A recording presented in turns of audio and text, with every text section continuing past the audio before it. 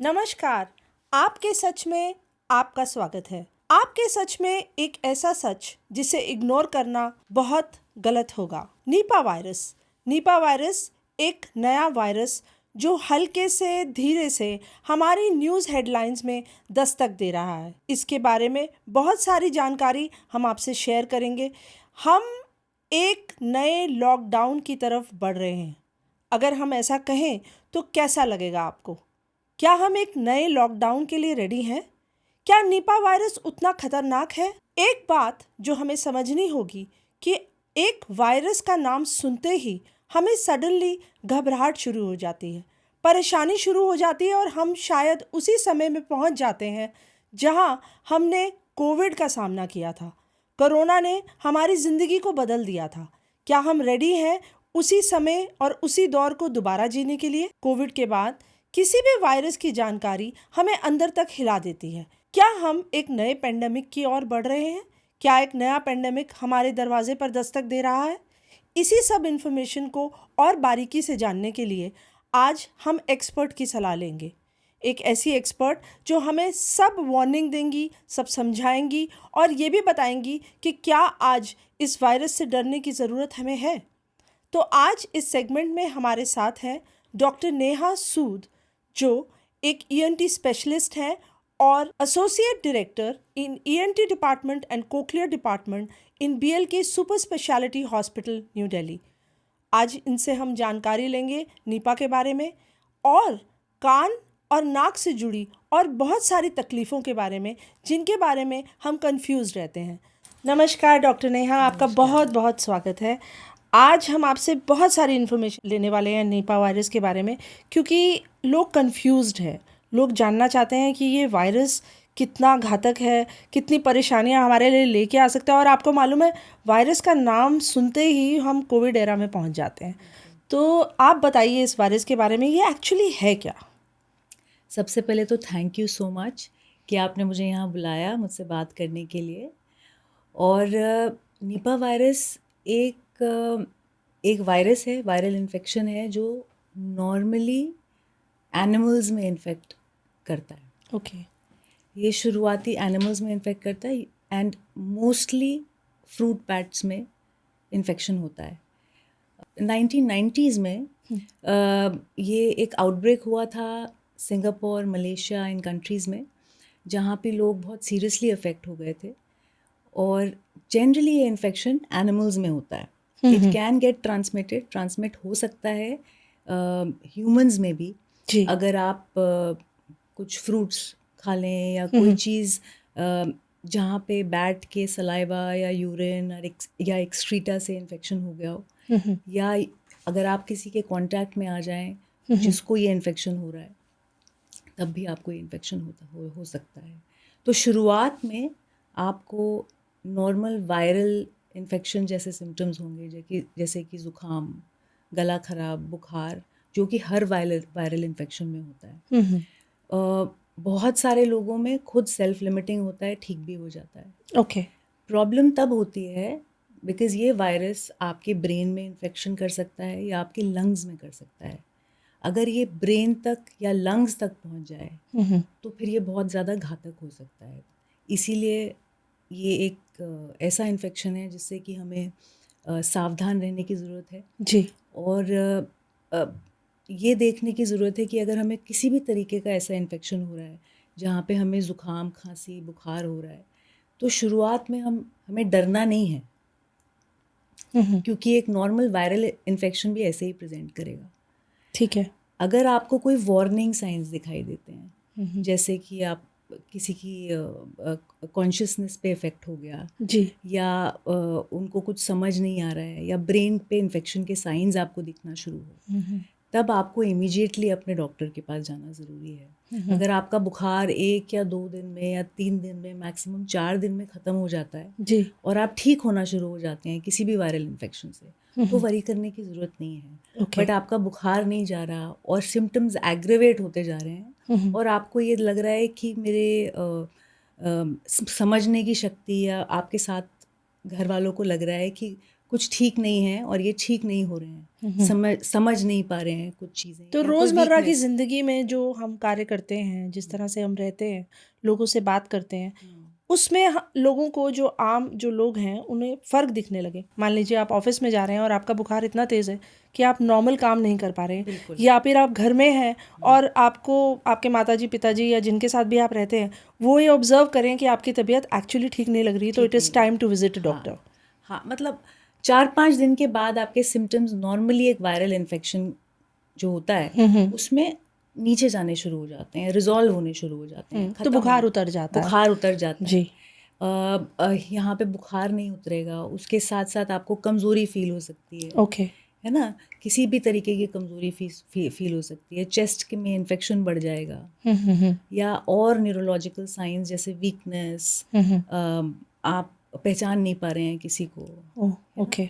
सो वो सारी चीज़ें जब होना शुरू हो जाएं, या शुरुआती तौर पे आपको लगे कि किसी आपके अपने घर वालों से बात कर रहे हैं और उनको कुछ चेंज नज़र आए आपको जो कि नॉर्मल नहीं है। ठीक है, तो ये जो हमने सब सुनना शुरू किया, वो हेडलाइंस में एक न्यूज़ हमने जो सुनी न्यूज़ में कि 2 हेल्थ वर्कर्स इससे इन्फेक्ट हुए और अभी वो ठीक हैं, बट उनके कांटेक्ट में जितने भी लोग आए उनकी स्क्रीनिंग हो रही है। अलार्मिंग सिचुएशन जो मुझे लगता है ये हुई कि एशिया की काफ़ी सारी कंट्रीज़ ने, थाईलैंड ने, नेपाल ने, हांगकांग ने एयरपोर्ट पे स्क्रीनिंग शुरू कर दी, और उसकी वजह से लोगों को ये समझ में आने लगा कि this is actually serious. Now how serious is this? जैसे मैंने बताया, बहुत सारे इन्फेक्शंस सेल्फ लिमिटिंग होते हैं, ठीक हो जाते हैं, बट नीपा वायरस में मोर्टेलिटी रेट या ज़्यादा प्रॉब्लम होने की जो परसेंटेज है वो काफ़ी ज़्यादा है। अगर कोई ह्यूमन इन्फेक्ट हो जाता है तो मोर्टेलिटी रेट जिसको कहते हैं, या उस बीमारी से बाहर निकलने की जो प्रोबेबिलिटी होती है वो थोड़ी कम होती है एक नॉर्मल वायरल। सो जैसे बाकी वायरल इन्फेक्शंस में जिन लोगों की इम्यूनिटी कम है, इम्यूनो कॉम्प्रोमाइज्ड हैं, सो उन लोगों में डेफिनेटली ये ध्यान, जैसे एक नॉर्मल वायरल इन्फेक्शन में या कोविड में भी हम कहते थे कि जिनकी इम्यूनिटी कम है उनका चांस ज़्यादा होता है कि वो ज़्यादा इन्फेक्ट हो जाएंगे। तो इसमें भी ये ध्यान देना है कि अगर जो भी लोग उनके कांटेक्ट में आए हैं, डेफिनेटली स्क्रीन करना या उनको फॉलो अप में रखना बड़ा ज़रूरी है, क्योंकि जैसे मैंने बताया 90s में भी ऐसा आउटब्रेक हुआ था। तो उस स्थिति तक पहुंचने से पहले अगर हम उनके सिम्टम्स को कंट्रोल कर पाएँ या उनको ट्रीटमेंट दे पाएँ या उसको आगे फैलने से रोक पाएँ, वो हम सबको करना चाहिए। अब ऐसा है ना कि हम अपनी जिम्मेवारी तो लेते ही हैं, लेकिन हम ये एक्सपेक्ट करते हैं कि गवर्नमेंट हमारे लिए कुछ करे, समाज हमारे लिए कुछ करे, अवेयरनेस फैलाएं, लेकिन as an individual of this society मुझे अपने घर में क्या ऐसा करना चाहिए कि इस तरह की प्रॉब्लम या इस तरह का वायरस मेरे घर में एंटर ना करे। Now I am talking like a layman. अगर एक नॉर्मल व्यक्ति से आप पूछें कि इस तरह की बीमारी से बचना हो तो मुझे आज क्या करना चाहिए? सबसे पहले तो मास्क लगा के रखें। अगर आप ऐसे इन्वायरमेंट में जा रहे हैं जहाँ कोई बीमार है या जनरली भी भीड़ वाली जगह है, वहाँ मास्क लगाएं। उससे आपको किसी भी तरीके के ड्रॉपलेट इन्फेक्शन जो हवा से फैलता है उससे बचाव आप अपना कर सकते हो। और हाथ धोते रहें जी। सारे जैसे मैंने बताया ये वायरस फ्रूट बैट्स से ह्यूमंस में आता है, तो फ्रूट्स या बैट इन्फेस्टेड जो फ्रूट्स होते हैं या जो भी हम घर में खा रहे हैं कच्चा, उसको अच्छे से साफ़ करके, तो रॉ फ्रूट्स को हमेशा अच्छे से धोने के बाद ही कंज्यूम करें। बिल्कुल। ओके। और एक इंसान से दूसरे इंसान में इन्फेक्शन होने से बचने के लिए जो नॉर्मल हम वायरल इन्फेक्शन में प्रिकॉशंस लेते हैं, जैसे कि मास्क लगाना, हाथ धोते रहना, मुंह पे हाथ रखना जब कोई हम लोग भी खांस रहे हैं या छींक रहे हैं, ताकि हम किसी और को भी इन्फेक्ट ना करें। And when is the correct time to visit you? हमें एक ENT स्पेशलिस्ट के पास कब जाना चाहिए? जैसे कि मैंने बताया कि शुरुआती होती है किसी भी वायरल इन्फेक्शन की, इंक्लूडिंग नीपा वायरस, बाय गला ख़राब, गले में दर्द, बुखार, ज़ुकाम। तो नॉर्मली हम ये समझ के कि अगर ये ज़ुकाम ही चलता जा रहा है और ठीक नहीं हो रहा है, जब आपका ठीक नहीं हो रहा है ज़ुकाम, 3-4 दिन के बाद सेटल हो जाना चाहिए, आपका सिम्टम्स सेटल हो जाने चाहिए। अगर सेटल नहीं हो रहे हैं, बढ़ रहे हैं, फीवर नहीं जा रहा, हाई ग्रेड फीवर है, तो डेफ़िनेटली उसी वक़्त डॉक्टर से मिल लेना चाहिए, इससे पहले कि लेट हो जाएँ या प्रॉपर ट्रीटमेंट हम नहीं शुरू कर पाएँ। तो डॉक्टर नेहा, हम इसमें कुछ टेस्ट भी करवाते हैं? देखो, इसका ट्रीटमेंट सपोर्टिव होता है। जी। अभी तक हम लोग टेस्टिंग कर नहीं रहे हैं इसका। अगर आपका निपा वायरस पॉजिटिव भी आ जाए तो तब भी सपोर्टिव ट्रीटमेंट होता है, इसमें कोई स्पेसिफिक ट्रीटमेंट नहीं है। प्रॉब्लम इन वायरल इन्फेक्शंस के साथ यही होता है। सो सपोर्टिव ट्रीटमेंट तभी कहते हैं, शुरुआती अगर आप उसका इलाज कर लेंगे, चेस्ट में होने से रोक लेंगे, वहाँ पे ट्रीटमेंट शुरू हो जाएगा, तो then we can prevent it from getting aggravate, मतलब बढ़ने से रोक सकते हैं इसको। ठीक है। अब ये तो बात हुई निपा वायरस की, हाँ जी। जिससे हम बहुत डर रहे हैं, पर आप जिस तरह आप कह रही हैं, अगर हम केयरफुल रहें और समझदारी से काम लें तो कोई परेशानी की बात नहीं है। अब इसी तरह की कुछ ऐसी चीज़ें जो मैंने नोटिस की, we face a lot of problems related to ear daily, और हम उन्हें इग्नोर करते हैं। जैसे कान में थोड़ा भारीपन लग रहा है, या कुछ एक रिंगिंग की साउंड आ रही है, या कभी इरिटेशन होती है, तो आपको लगता है कि इन चीज़ों को हम इग्नोर कर सकते हैं, और लोग एक्चुअली महीनों तक इसको इग्नोर करते हैं, या हमें ईएनटी को विज़िट करना चाहिए? मुझे लगता है महीनों तक नहीं, कभी कभी सालों तक भी इग्नोर करते जी हैं। बिल्कुल। और ये छोटी छोटी चीज़ें साइंस होती हैं कि कुछ प्रॉब्लम है। हम्म। अब सिंपल सी चीज़, भारीपन जिसको हम कहते हैं, बहुत सारे लोग अ, थोड़े बहुत हियरिंग लॉस को भारीपन बिल्कुल नाम दे के ठीक कह रही हैं आप। वही चलते रहेंगे, जी। है ना। तो और कान में आपके कुछ आवाज़ आ रही है, इसको हम टिनाइटिस कहते हैं। ओके। इसका यूजुअली कोई ना कोई रीज़न होता है। बहुत सारी बार ऐसा भी होता है कि हमें कोई रीज़न मिलता नहीं है, बट कई बार आप हियरिंग लॉस है, उसके साथ भी टिनाइटिस होगा। आपको किसी तरीके का ट्यूमर है ब्रेन में, ओके। तब भी टिनाइटिस हो सकता है। सिंपल ईयर वैक्स से भी टिनाइटिस हो सकता है। ओके। बट उसको टेस्ट करना या जानना कि उसका कारण क्या है और उसका इलाज कर लेना बहुत ज़रूरी है। तो इग्नोर नहीं करना इग्नोर नहीं, बिकॉज ये वार्निंग साइंस है कि कुछ प्रॉब्लम है कान में। ओके। तो हम वहीं पर उसको टेस्ट कर लें, डायग्नोज कर सो लें। दे तो could be a big trouble brewing up, जिसको हम इग्नोर कर देते हैं। बिल्कुल, हियरिंग लॉस तो बहुत बड़ी एक प्रॉब्लम है जिसको हम एवरीडे अपनी ज़िंदगी में इग्नोर करते हैं। अब जैसे कान में हमारे वैक्स होती है, हाँ जी। तो हम उसको बोलते हैं कि हम कान में वैक्स है, इसको साफ कर लेते हैं। तो क्या एक्चुअली वो बहुत ख़राब चीज़ है? बिल्कुल भी नहीं। आई थिंक नेचर ने वैक्स बनाई है, जैसे टीयर्स हैं एक अच्छा। नॉर्मल चीज़, वैसे ही कान में वैक्स है, सेरेमन बोलते हैं इसको, जो कि एक प्रोटेक्टिव लेयर बनाती है आपकी स्किन में। ओके। और वो प्रोटेक्टिव लेयर किसी भी तरीके के बैक्टीरिया, इन्फेक्शन, डस्ट को अंदर जाने से रोकती है, प्लस वो आपकी स्किन को मॉइस्चराइज रखती है। तो वैक्स को आइडियली हम में से किसी को भी साफ़ करने की ज़रूरत नहीं है। हमारे कान ने एक सिस्टम बनाया है जिसमें कि कान अंदर से वो वैक्स को बाहर ऑटोमेटिकली फेंकता रहता है। तो ये जो ईयरबड्स ये सब हम लोग यूज़ करने की हाँ, कोशिश बहुत, करते ये बहुत नॉर्मल चीज़ है। ये बिल्कुल भी यूज़ करनी नहीं चाहिए। एक तो वैक्स साफ़ करने की ज़रूरत नहीं है, नंबर 1। दूसरी बात ये है कि जब हम ईयरबड्स डाल रहे हैं अपने कान में, तो हम देख नहीं पाते कि हम कहाँ डाल रहे हैं और हम किस चीज़ को ख़राब कर रहे हैं।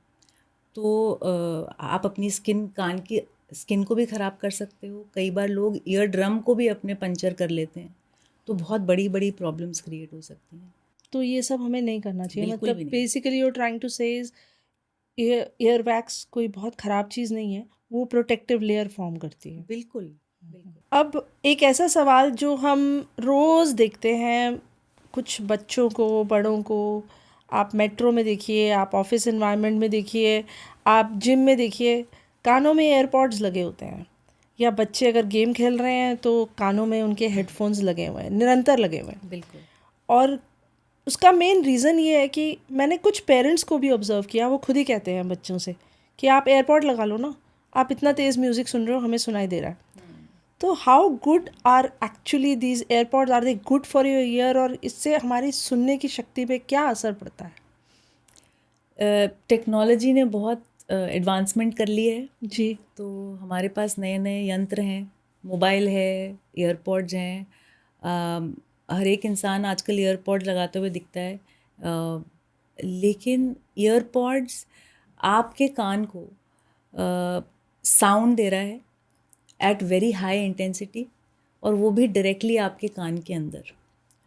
तो जो कान का अंदरूनी हिस्सा है उसके अंदर हेयर सेल्स होते हैं, और वो हेयर सेल्स आपको हियरिंग देते हैं।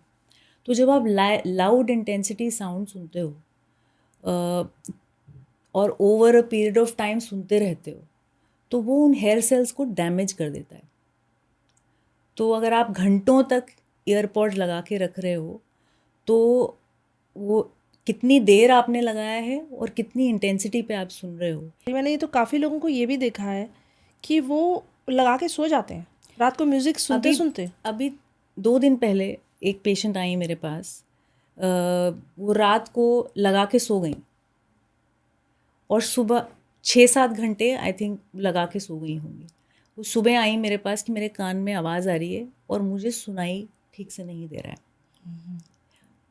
तो जब उनका हियरिंग टेस्ट कराया गया तो उनको हियरिंग लॉस क्या थोड़ा बात है। बहुत ये होता है। ये हम, और कई बार इतना जल्दी नहीं होता है, बट जब आप सुनते रहते हैं, ईयरपॉड यूज़ करते रहते हैं, तो वो धीरे धीरे धीरे करके आपके तो इसमें कोई एज है डॉक्टर साहब? नहीं, एज नहीं। अगर आप उसको डैमेज कर रहे हैं, इसको नॉइज़ इंड्यूस्ड ट्रॉमा बोलते हैं। ओके। तो ज़्यादा साउंड के साथ आप अपने कान को डैमेज कर रहे हैं, कान के जो सुनने की शक्ति है उसको डैमेज कर रहे हैं। तो चलिए मान लीजिए हमने ये एयरपॉड्स यूज़ भी किए, हम इसको लगा भी रहे हैं, अब अगर हम इसको मीडियम वॉल्यूम पे सुने तो भी डैमेज होता है? बिल्कुल, जैसे मैंने बताया कि आप कितनी देर वो ईयरपॉड्स लगा रहे हैं, कितनी देर आप वो लगा के रख रहे हैं और किस इंटेंसिटी पे सुन रहे हैं। बिकॉज़ ये साउंड जो है ये डायरेक्टली आपके कान में जा रहा है, कहीं पे स्प्रेड नहीं हो रहा है। तो जितनी देर आप उसको लगाते रहेंगे, चाहे आप उसको मीडियम वॉल्यूम पे रखें, चाहे हाई पे रखेंगे तो जल्दी नुकसान होगा। मीडियम पे रखेंगे और सुनते रहेंगे, over a period of time continuously सुनते रहेंगे, तो over a period of time नुकसान धीरे धीरे धीरे करके होता रहेगा। तो मतलब डैमेज तो होगा ही। डैमेज तो होगा। ओके। और जैसे एक नया फीचर है, अब मुझे पता नहीं कि वो मार्केटिंग फीचर है, पर अब नॉइज़ कैंसिलेशन वाले एयरपॉड्स आ गए हैं, तो उसका क्या इफ़ेक्ट होता है? नॉइज़ कैंसलेशन टेक्नोलॉजिकली देखा जाए तो काम आता है जैसे हियरिंग एड्स में, जहाँ पे लोगों को सुनना अच्छा है, ताकि बाहर का शोर दब जाए और नॉर्मल आपकी और मेरी आवाज़ अच्छी आए। टेक्नोलॉजी आप कह रही हैं वो सिमिलर है? ऑलमोस्ट सिमिलर है, बट अच्छा। वहाँ पे हम नॉर्मल आवाज़ सुनने के लिए उसको यूज़ कर रहे हैं। ठीक है। यहाँ पे आप शोर दबा रहे हो बहुत तेज़ अपने कान में एक आवाज़ देने के लिए, तो तो बाहर की आवाज़ बंद हो बंद जाती है? हो जाती है। ओके। बाहर की आवाज़ बंद हो जाती है, तो आपको और ज़्यादा इंटेंसिटी में जो कह रहे हैं वो साउंड कान में जाता है और वो और नुकसान और देता है। नुकसान। अब हम बात करेंगे एक ऐसी प्रॉब्लम की जो अगर हम फेस नहीं कर रहे तो हमारे साथ जो लोग हैं उनमें से कोई ना कोई तो ज़रूर फेस कर रहा है, स्नोरिंग की प्रॉब्लम। और हमने जनरली भी सुना होगा कि बिकॉज माय फादर स्नोर्स और इतनी ज़्यादा आवाज़ आती है कि मम्मा सो नहीं पाती हैं, या किसी का पार्टनर है और वो इतनी इतनी आवाज़ उसकी स्नोरिंग की ज़्यादा है कि it affects the next day, the basic जो उनका डेली रूटीन है वो अफेक्ट हो जाता है। तो ये स्नोरिंग की प्रॉब्लम एक्चुअली है क्या? आपने बिल्कुल ठीक बोला। जैसे कह सारे लोग हम कहते हैं कि मेरे फादर स्नोर करते थे या मेरे दादाजी स्नोर करते थे, तो ये बहुत टाइम तक या बहुत लोगों में सबको लगता है कि ये एक नॉर्मल चीज़ है, जो कि कुछ लोग करते हैं, और एक ये नॉर्मल चीज़ है। तो जब हम सांस लेते हैं तो बहुत स्मूथली वो सांस अंदर जानी चाहिए। जब उस सांस के रास्ते में कोई ना कोई ऑब्स्ट्रक्शन होती है या रुकावट होती है, तब स्नोरिंग होती है। तो स्नोरिंग एक साइन है कि आपकी सांस जो है वो कहीं से रुक के जा रही है, और वो रुकावट आपके नाक में हो सकती है, गले में हो सकती है, छाती में हो सकती है, या न्यूरोलॉजिकल भी हो सकती है। न्यूरोलॉजिकल? बिल्कुल, इसको सेंट्रल कॉजेज़ बोलते हैं स्नोरिंग और स्लीप एपनिया के। ओके। तो जब आपके सांस में रुकावट हो रही है, जो लोग स्नोर करते हैं, उसकी एक आगे की स्टेज होती है। स्नोरिंग तो सिर्फ एक छोटा सा सिम्टम है। अगर आपकी रुकावट रात को इतनी हो रही है कि आपकी सांस रुक रही है, तो क्या होगा कि आप डीप स्लीप जो चले गए हैं, वो डीप स्लीप से आपका दिमाग आपको उठाना पड़ेगा, उसको कि अवेक करना पड़ेगा ताकि आप सांस खींच सकें। तो उस सिचुएशन में होता ये है कि आपकी स्लीप पूरी नहीं होती है। ओके, अच्छा। You have breaks in between your sleeping time. तो जब आप डीप स्लीप से सुपरफिशियल में आ जाएंगे तो आपकी स्लीप जो है वो डिस्टर्ब हो जाएगी। तो प्रैक्टिकली आप सो रहे हैं 6 घंटा 8 घंटा, बट आपकी डीप स्लीप पूरी नहीं हो रही है। तो जब आप सुबह उठते हैं तो आप फ्रेश फील नहीं करते हैं, चिड़चिड़ा रहेगा आप इंसान। चिड़चिड़े रहते हैं। कई लोग तो जिनको बहुत सिवियर ये प्रॉब्लम होती है स्लीप एपनिया की, वो गाड़ी चलाते चलाते सो जाते हैं। तो या दिन वो में बिल्कुल वो बोलेंगे कि मैं खाली अगर बैठा हूँ थोड़ी देर के लिए तो मैं बैठे बैठे सो जाता हूँ। तो ये अडल्ट्स में नहीं, ये बच्चों में भी प्रॉब्लम हो सकती है स्नोरिंग की। उसमें कॉज फ़र्क होता है। बड़ों में अलग कॉज होता है। सिंपल एक ओबेसिटी या वेट ज़्यादा होना आपको स्नोरिंग और स्लीप एपनिया दे सकता है। तो I read somewhere that a wife had filed for divorce because वो इतनी परेशान थी अपने हस्बैंड के खराटों से कि उन्होंने डिवोर्स फाइल कर दिया। बहुत डिस्टर्बिंग हो सकता है जी। क्योंकि कई बार ऐसा होता है कि स्नोर जो कर रहा है that person is sleeping and he is not aware और शी इज़ नॉट अवेयर। और जो आसपास लोग हैं या जो पार्टनर है या घर वाले हैं, वो स्नोर इतने लाउड होते हैं कि उनकी स्लीप भी डिस्टर्ब हो जाती है। जी। तो कई बार हमारे पास पेशेंट्स पार्टनर्स ही लेके आते हैं कि ये स्नोर करते हैं अच्छा, या ये स्नोर करती हैं। तो बट एक अच्छी चीज़ ये है कि कम से कम they realize that there is a problem and it can be cured. या हमें उसका कारण ढूंढना पड़ता है कि क्या कारण है। जैसे मैंने बताया बच्चों में भी होता है। तो बच्चों में अलग कारण है। बच्चों में अगर आपके टॉन्सिल एडेनोइड्स किसी बच्चे के बहुत बड़े हैं तो वो सांस के रास्ते को बंद कर देते हैं रात को। और उसके साथ साथ अगर आप कोई बच्चा ओवरवेट भी है तो उसमें ऐड ऑन कर देता है। तो मोटापा भी इसका एक कारण है। मोटापा एक बहुत बड़ा कारण। कुछ लोग ये कंप्लेन करते हैं कि रात को नींद नहीं आई। अब उसमें हमने जैसे खराटों का जिक्र किया, कुछ कॉन्स्टेंटली फटीग के बारे में बात करते हैं कि पूरा दिन थकान रहती है। तो क्या नेज़ल प्रॉब्लम या जो चेस्ट इन्फेक्शन है या आपके जो भी ईएनटी से रिलेटेड प्रॉब्लम है, क्या इनका कोई रिलेशन है इससे? थकावट से, स्ट्रेस से? जी बिल्कुल। आप इमेजिन करिए, मैं अगर सोचती हूँ कि मुझे ज़ुकाम रहेगा कंटिन्यूसली, मैं छींक रही हूँ या नाक स्टफ़ी रहेगा, तो आप हमेशा इरिटेबल रहोगे, आप फोकस नहीं कर पाओगे, आप थकान रहेगी हमेशा। तो ज़ुकाम, गला ख़राब या किसी को हियरिंग की अगर इशू है, ये सारी चीज़ें आपको एक नॉर्मल ज़िंदगी जीने में रोकती हैं। जी। तो जो भी आपको एक नॉर्मल ज़िंदगी जीने में रोकेगा, सिंपल हियरिंग लॉस, आप लोगों से बात नहीं कर पाओगे, आपको that creates a stress in your life. अब इसी बात पे मैं आपसे एक सवाल करना चाहूँगी। हमारी एक दर्शक हैं, हाँ जी, उनको पता था कि आज हम ईएनटी पे ये सेगमेंट करने वाले हैं, तो उन्होंने मुझे एक सवाल भेजा अपने पिता से रिलेटेड। उनके फादर 68 ईयर्स के हैं। वो कहती हैं कि सडनली उन्होंने पार्क जाना छोड़ दिया, अपने दोस्तों से बात करना छोड़ दिया, और अब सिचुएशन इतनी ख़राब है कि वो फ़ोन भी नहीं उठाते उनका। अब वो इंडिया से बाहर रहती हैं और उनसे कनेक्ट करने की कोशिश करती हैं। Unfortunately she feels that the father is going into a cocoon. वो बातों, लोगों से जो बात करते थे, जो कॉन्वर्सेशंस होती थी, जो सोशलाइज करते थे, तो काफ़ी वो सुकून में रहती थी कि चलो ये बात करते हैं लोगों से। But lately she felt that उन्होंने बात करना बंद कर दिया, और उन्होंने रियलाइज़ किया कि जब वो लास्ट टाइम इंडिया विज़िट कर रही थी तो उनके कानों में तकलीफ़ थी। और दुख की बात यह है कि वो हियरिंग एड यूज़ नहीं करना चाहते हैं। तो इस बारे में आपका क्या ख्याल है? ये एक्चुअली हो रहा है और ये कितनी बड़ी प्रॉब्लम बन सकती है आगे जाके? ये एक्चुअली हो रहा है और हम लोग बहुत देखते हैं अपने प्रैक्टिस में एक्सेप्टेबिलिटी कि मुझे कम सुनता है। हम चश्मा बहुत जल्दी लगा लेते हैं, लेकिन अगर हमें कम सुन रहा है तो हम उसको एक्सेप्ट करना नहीं चाहते। एक तरीके का स्टिग्मा समझ लीजिए कि लोग क्या कहेंगे, बट ऐसा रोज़ हम देखते हैं। अब जैसे आँख के साथ एक चीज़ ये है कि अगर आप देख कम रहे हैं तो आपको खुद भी पता चल जाएगा।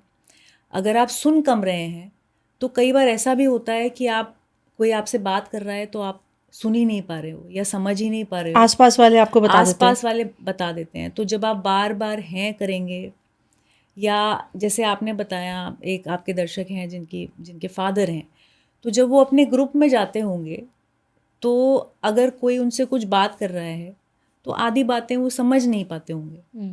तो धीरे धीरे करके क्या होता है, जब आप समझ नहीं पाते, आप जवाब नहीं दे पाते, बहुत तो हेल्पलेस सिचुएशन है। तो एक हेल्पलेस सी सिचुएशन हो जाती है जहाँ पे आप फिर एक रास्ता ढूंढते हो कि मुझे वो सिचुएशन फेस ही ना करनी पड़े।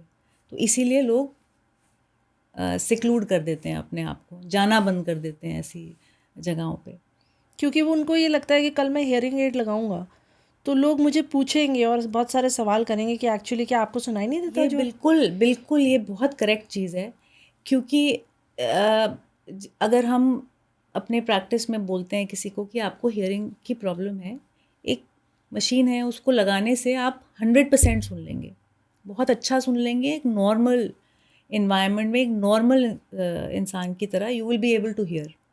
बट वो एक मशीन लगाने का जो स्टिग्मा है कि लोग क्या कहेंगे, वो हमारे देश में अभी भी बहुत ज़्यादा है। जी जी। और वो धीरे धीरे धीरे धीरे अवेयरनेस आ रही है लोगों में, बिकॉज़ लोग अपनी ज़िंदगी अच्छे से जीना चाहते हैं। तो लेकिन उसको आने में थोड़ा वक्त लगेगा, हमें बहुत ज़्यादा स्प्रेड करने की ज़रूरत है कि हियरिंग हमारे बाकी स्पेशल सेंसेस की तरह एक बहुत ज़रूरी चीज़ है, जिसके बगैर ना हम किसी से बात कर सकते हैं, ना किसी के इमोशन समझ सकते हैं।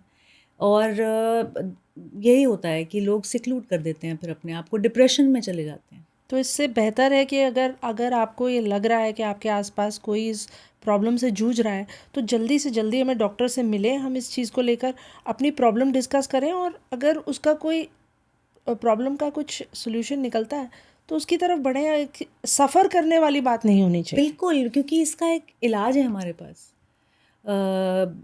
तो उस इलाज को एक्सेप्ट करने में हमें हिचकिचाहट नहीं होनी चाहिए, हिचकिचाहट नहीं होनी चाहिए, जिसमें फ़ायदा है उसको एक्सेप्टेंस आ जानी ग्लैडली चाहिए। एक्सेप्ट कर लेना जी। चाहिए। कुछ बच्चे डॉक्टर नेहा देखा गया है जो हेयरिंग लॉस के साथ ही पैदा होते हैं, मतलब वो जब पैदा होते हैं तो वो सुन नहीं पाते।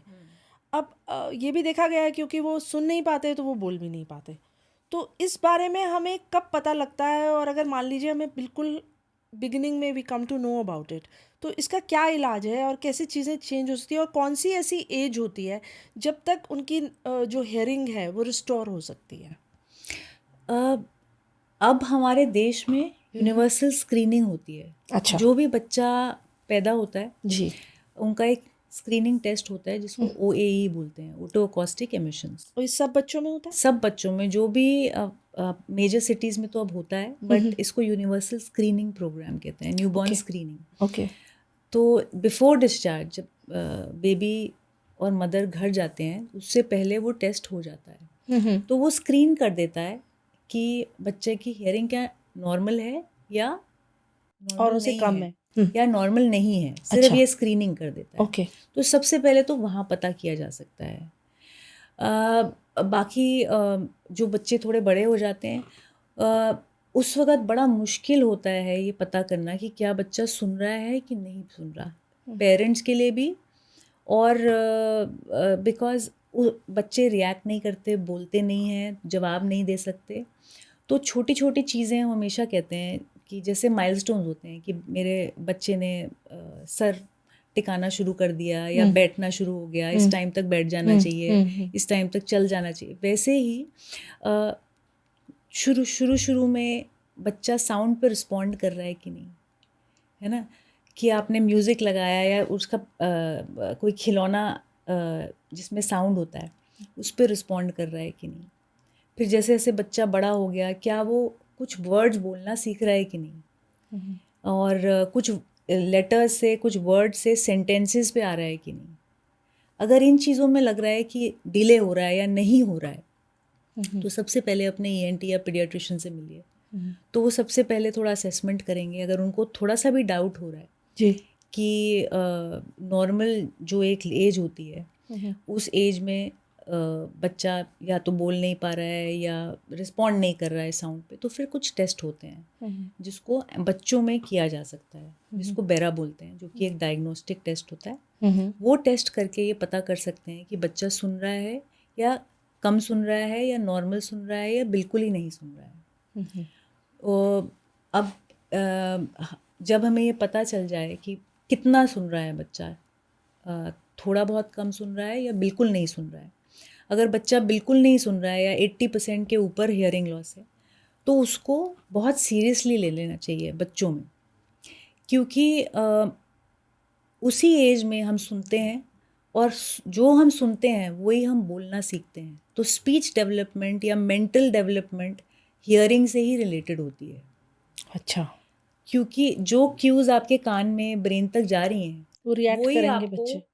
वही सुन के बच्चे पढ़ते भी हैं, वही सुन के बच्चे बोलना भी सीखते हैं, सोशल इंटरेक्शन भी वहीं से होती है। तो जो डेवलपमेंट है बच्चे की वो हियरिंग और विजन या हमारी सेंसेस से रिलेटेड होती है, और जिसमें हियरिंग एक बहुत इंपॉर्टेंट पार्ट प्ले करता है। ओके, तो ये बहुत क्रूशियल है कि हम बहुत ही ध्यान क्रूशियल दें। है, और हम इसको अब एक न्यूरो डेवलपमेंटल इमरजेंसी मानते हैं कि अगर हमें हियरिंग लॉस एक पता चल गया बच्चे में है, तो उसको हम इमीडिएटली ट्रीट करना बहुत ज़रूरी है, ताकि वो बच्चा एक नॉर्मल ज़िंदगी जी पाए। क्योंकि अगर हियरिंग नहीं है तो स्पीच डेवलप नहीं होगी, स्पीच नहीं है तो बच्चा स्कूल नहीं जा पाएगा, अपने भाई बहन दोस्तों के साथ बात नहीं कर पीयर पाएगा, इंटरेक्शन नो जीरो हो जाएगा। Interaction, no social interaction, no mental development. तो और 5 साल की उम्र से पहले अगर जो बच्चे जिनको प्रोफाउंड लॉस होता है या बहुत ज़्यादा सिवियरिटी का हियरिंग लॉस होता है, उनका हम इलाज कर दें। प्रोफाउंड लॉस में इलाज होता है कॉक्लियर इम्प्लांट, अगर वो कर दें और बच्चा सुनना शुरू कर दे तो स्पीच डेवलपमेंट नॉर्मल हो सकती है। बट 5 साल के जितना ऊपर बच्चा चला जाता है और उसको हम हियरिंग दे भी देते हैं, तो उतनी स्पीच डेवलपमेंट कम होती जाती है। तो मैं अपने दर्शकों को ये भी बता दूं कि doctor Neha, she is a leading name in cochlear implants in India. तो ये आपने बताया बच्चों के लिए। अब इन चीज़ों से तो बच्चों को कहीं ना कहीं जूझना पड़ता है, पर मुझे लगता है पेरेंट्स के लिए भी बहुत बहुत ज़्यादा। पेरेंट्स के लिए बहुत मुश्किल होता है, क्योंकि जब बच्चे आते हैं हमारे पास जी, तो बच्चों को तो हम बताते नहीं हैं। हम सबसे पहले पेरेंट्स को इमेजिन करिए, पेरेंट के लिए कितना बड़ा ये मोमेंट होता है या कितना मुश्किल होता है ये एक्सेप्ट करना कि मेरा बच्चा सुन नहीं पा रहा है। तो वो एक बहुत बड़ा चैलेंज होता है हमारे लिए और पेरेंट्स के लिए भी, वो एक्सेप्टेबिलिटी कि ये प्रॉब्लम है और ये बहुत बड़ी प्रॉब्लम है किसी भी पेरेंट के लिए, और फिर उसका ये एक्सेप्ट करना कि मुझे इसका इलाज है और मुझे करना चाहिए, तो उसमें टाइम लगता है बहुत लोगों को accept तो जो आपके पास ये पेरेंट्स आते हैं, ये तो यही सोच के आते होंगे कि एक नॉर्मल एलर्जी है, जैसे आपको मालूम है कितनी सारी एलर्जीज़ हैं ऑलरेडी प्रेजेंट। तो नाक से रिलेटेड हो गई, या नॉर्मली देयर स्नीजिंग, या फिर कान में एक दर्द है, तो ये वो सोच के आते होंगे कि एक नॉर्मल एलर्जी है, ये छोटी मोटी प्रॉब्लम है जो डॉक्टर के पास जाने से ठीक हो आपने जाएगी। कई बार सुना होगा मेरे बच्चे ने बोलना लेट शुरू करा, तो जी। होते हैं कुछ बच्चे जो लेट बोलना शुरू करते हैं, बट वो एक नॉर्मल चीज़ है कि आप सुन रहे हो ठीक लेट बोल, तो वो यही सोच के आते हैं कि कोई छोटी सी चीज़ होगी, इन्फेक्शन होगा कान में जिसके कारण नहीं सुन रहा है, या बच्चा मेरा सुन रहा है बट रिस्पॉन्ड नहीं कर रहा, कोई और रीज़न होगा, ध्यान नहीं दे रहा है। तो मतलब आपका कहना ये है कि समय से इस चीज़ को हम बिल्कुल। डिटेक्ट करें, इस पर काम करें, ताकि बच्चे की हियरिंग रिस्टोर हो सके। अब एक लास्ट क्वेश्चन मैं आपसे पूछना चाहूँगी जो बहुत इम्पॉर्टेंट है। वही आपकी जो डे टू डे जो आप देखते हैं लोगों को इंटरेक्ट करते हुए और बोलते हैं कि आई कॉट अ कॉमन कोल्ड, या ये एक एलर्जी मुझे हो गई है, या आप बच्चों को देखते हैं वो रिपीटेडली स्नीज़ कर रहे हैं, तो ये क्या है, ये एलर्जी क्या वेदर रिलेटेड होती है? क्या ऐसा होता है कि मौसमी होती है? मौसमी इन द सेंस कि हम ऑब्ज़र्व करते हैं जब मौसम बदलता है तो ये एलर्जीज़ हमें ज़्यादा अफेक्ट करती हैं। तो ये एलर्जीज़ किस तरह की होती हैं और हमें क्या प्रिकॉशन उस समय रखना चाहिए? क्योंकि मैंने ये देखा है रिपीटेडली जो इंसान बीमार होता है इन एलर्जीज़ की वजह से, वो हर साल उसी समय पे बीमार होता है। तो ये आप मुझे इस बारे में ज़रूर। तो एलर्जी स्पेशली दिल्ली एनसीआर में अब बहुत कॉमन हो गया है। जी। नेज़ल एलर्जी को एलर्जिक राइनाइटिस बोलते हैं। और इसमें आप जनरली देखेंगे कि लोग कह रहे हैं कि मेरे को छींकें आ रही हैं, तो मुझे 15-20 छींकें आती ही जाती हैं, बार बार ज़ुकाम हो जाता है। जैसे ही मौसम बदलता है तो मेरे को छींकें या ज़ुकाम शुरू हो जाता है, ईचिंग होती है आँखों में, नाक में, गले में। कई लोगों को साथ में ब्रोंकाइटिस भी होता है या स्किन एलर्जीज भी होती हैं। तो ये एलर्जी इन्वायरमेंटल चीज़ों से होती है। इन्वायरमेंट में पॉलन्स हो सकती हैं, आपके घर में हाउस डस्ट माइट्स हो सकती हैं, मल्टीपल चीज़ें हैं जिससे कि आप रिएक्ट कर सकते हैं। और आपकी बॉडी जब भी एक्सपोज होती है इन चीज़ों से तो वो आपको ट्रिगर कर जाता है, वो रिएक्शन होना शुरू हो जाता है कि आप छींकना शुरू कर देंगे, आपको ज़ुकाम हो जाएगा। तो किस चीज़ से एलर्जी है इसके लिए हम टेस्ट कर सकते हैं। एक टेस्ट होता है, स्किन पे किया जाता है, स्किन प्रिक टेस्ट बोलते हैं इसको। तो जो मोस्ट कॉमन चीज़ें हैं जो इस एरिया में एलर्जी करती हैं लोगों को, उससे टेस्ट करते हैं और पता करते हैं किस किस चीज़ से एलर्जी है। कुछ चीज़ें अवॉइडेबल होती हैं, उनको अवॉइड किया जा सकता है। बहुत सारी चीज़ें ऐसी हैं जिसको अवॉइड नहीं किया जा सकता, जैसे कि पोल्यूशन, पॉलन्स का सीज़न, जहाँ पॉलन ज़्यादा है, जब भी पॉलन सीज़न आएगा और जो लोग एलर्जिक हैं उन पॉलन से, फिर उनको ट्रिगर हो जाते हैं, फिर दवाइयाँ दी जाती हैं ताकि सिम्टम्स कंट्रोल रहें और रिएक्शंस इतने ज़्यादा ना हों। तो ठीक है, तो आज की चर्चा में हमने बहुत कुछ और बहुत सारी इन्फॉर्मेशन गैदर करी about the Nipah virus and your ear related problems and nose related problems. तो थैंक यू डॉक्टर साहब, आप आज आए, आपने टाइम निकाला हमारे लिए और हमारे दर्शकों को बहुत सारी इन्फॉर्मेशन, रेलेवेंट इन्फॉर्मेशन जो बहुत ज़रूरी थी इस समय पे हमें दी। Thank you. वायरस तो आते और जाते रहेंगे, क्या हम एक नॉर्मल जिंदगी जी सकते हैं इन वायरस के साथ? क्या हमारी अंडरस्टैंडिंग इतनी ज़रूरी है इन वायरस के बारे में कि लाइफ नॉर्मली चलती रहे? क्या निपा वायरस एक नया वायरस बन के आएगा? इस बारे में बहुत सारी इन्फॉर्मेशन आज डॉक्टर साहब ने हमारे साथ शेयर की, लेकिन हमें ये समझना होगा कि इस तरह की छोटी छोटी बीमारियों को और प्रॉब्लम्स को हम इग्नोर ना करें। कोई भी इन्फॉर्मेशन शेयर करने से पहले फैक्ट्स को चेक कीजिए और तभी शेयर कीजिए। ये था एक ज़रूरी सच, पूरी क्लैरिटी के साथ, बिना फियर के साथ, एक ज़रूरी सच। Stay calm and stay responsible and take care of your health. अगर आपको ये इन्फॉर्मेशन अच्छी लगी हो तो ज़रूर शेयर करें, हमारे चैनल को सब्सक्राइब करें for more such informative content.